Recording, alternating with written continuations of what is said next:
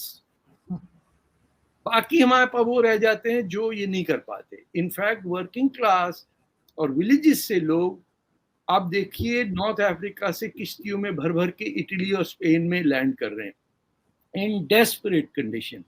اب مجھے پتا چلا کچھ پاکستانی صومالیہ سے نیچے جا کے ساؤتھ افریقہ, وہاں سے ارجنٹینا سے پیدل میکسیکو تک آ کے پھر امریکہ کے بارڈر میں گھستے ہیں. And these are women and children, families running away. تو ہم بنانے کی ضرورت کیا تھی پاکستان میں؟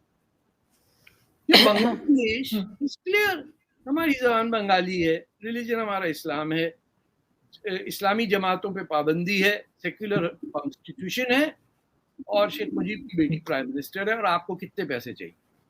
یہ ہے ہماری ان کے تعلقات.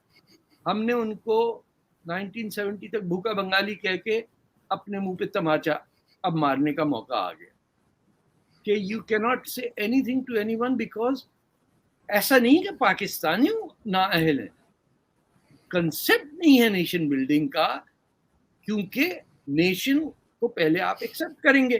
جیسے انڈیا میں 29 اسٹیٹس ہیں, سب کا لنگوسٹک وہ ہے, 400 زبانیں چلتی ہیں انڈیا میں, کوئی انڈیا ٹوٹ تو نہیں گیا.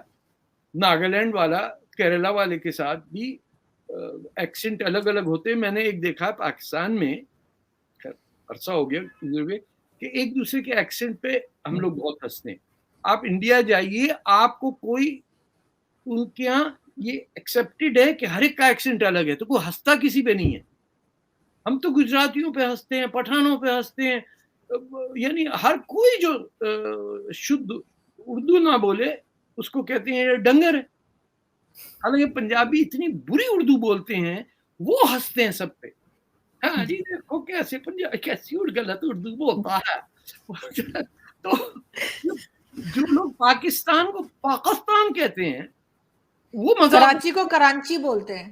کراچی, اب جو بولے, آپ انڈیا جائیں گے آپ کو دیکھیں گے, آپ کو اس کو مائنڈ ہی نہیں کر رہا ہے. بولا آگے بڑھو, کام دھندا بتاؤ کرنا کیا ہے.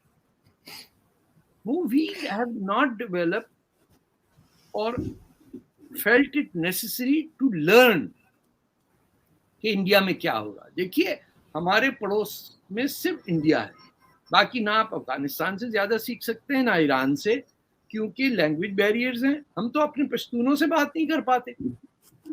اب تو پھر بھی اردو بولتے ہیں. اگر آپ 60s میں پشاور جاتے ہیں, you were lost. Nobody could speak Urdu in Peshawar. It was stunning when I first went there in 1970. I had to use interpreters.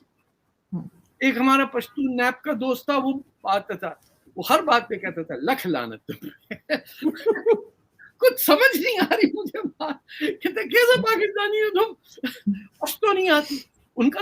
دیکھیں نا, تو ہم نے طے کیا ہے کہ ہم ایک کلوزڈ مائنڈیڈ جو ہماری ایلیٹ ہے وہ اس کے مطابق ہم چلیں گے. So we will not develop either as an industrial اور ایز این ایگریکلچر کنٹری. ہم فلڈ کا پانی نہیں ڈرین کر پا رہے کتنے. لیکن ایک چیز تو ہے سر, وہ یہ کہ ہمارے جو آرمی چیف ہیں وہ کہتے ہیں کہ جی ہم نے انڈیا کے ساتھ ٹرمز بہتر کرنے ہیں, ہم نے ٹریڈ اوپن کرنی ہے, اور بارڈر کے اوپر بھی فائرنگ وغیرہ کافی ٹائم سے رکی ہوئی ہے. لیکن فورن منسٹر جاتے ہیں یا پرائم منسٹر کہیں جاتے ہیں تو وہ ایک نیگیٹو امپیکٹ, ایک نیگیٹو کمنٹ انڈیا کے لیے چھوڑ کر آتے ہیں. تو کیا یہ دونوں آپس میں ان کا کوئی رابطہ نہیں ہے ان کا؟ ہمارے army chief is said he's going to retire. He's got nothing to lose or gain.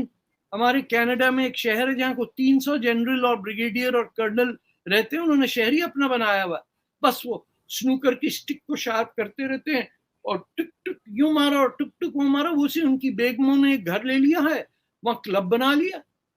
ایک ٹورانٹو سے نارتھ ویسٹ میں جگہ ہے, وہاں انہوں نے اپنا پاکستان کاکل بنا دیا, یا ملٹری سٹیز جیسے ہوتی ہیں پاکستان میں.